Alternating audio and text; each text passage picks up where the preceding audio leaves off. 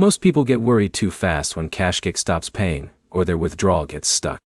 They assume the app is broken, or that something is wrong with their account. But here's the truth no one tells you. In most cases, the issue is not a scam.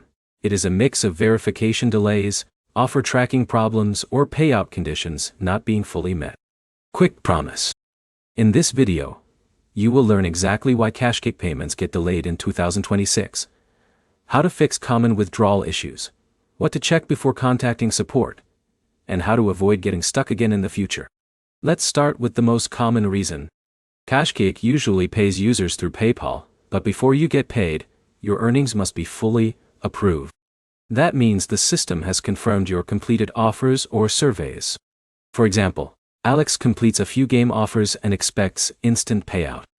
But he does not realize that some offers take days or even weeks to verify. Now here's where it gets interesting. Most payment issues happen during this verification stage, not at withdrawal. So users think they are not getting paid, but in reality, the earnings are still processing. Now, Jake runs into another issue. He tries to withdraw before reaching the minimum threshold. KashKick requires a minimum balance before cashing out. If you are even a few cents short, the withdrawal button may not work properly or may fail silently. But here's the problem many users miss. Offer tracking errors are extremely common. If you do not complete an offer exactly as required, like not installing through the correct link or not meeting time requirements, the reward may never get credited. In a minute, here is the key fix that solves most issues. Always check your pending rewards section first. This shows whether your earnings are still under review or have been rejected. Now let's go step by step through what you should do. First, check your PayPal email. Make sure it matches the same email linked to KashKick.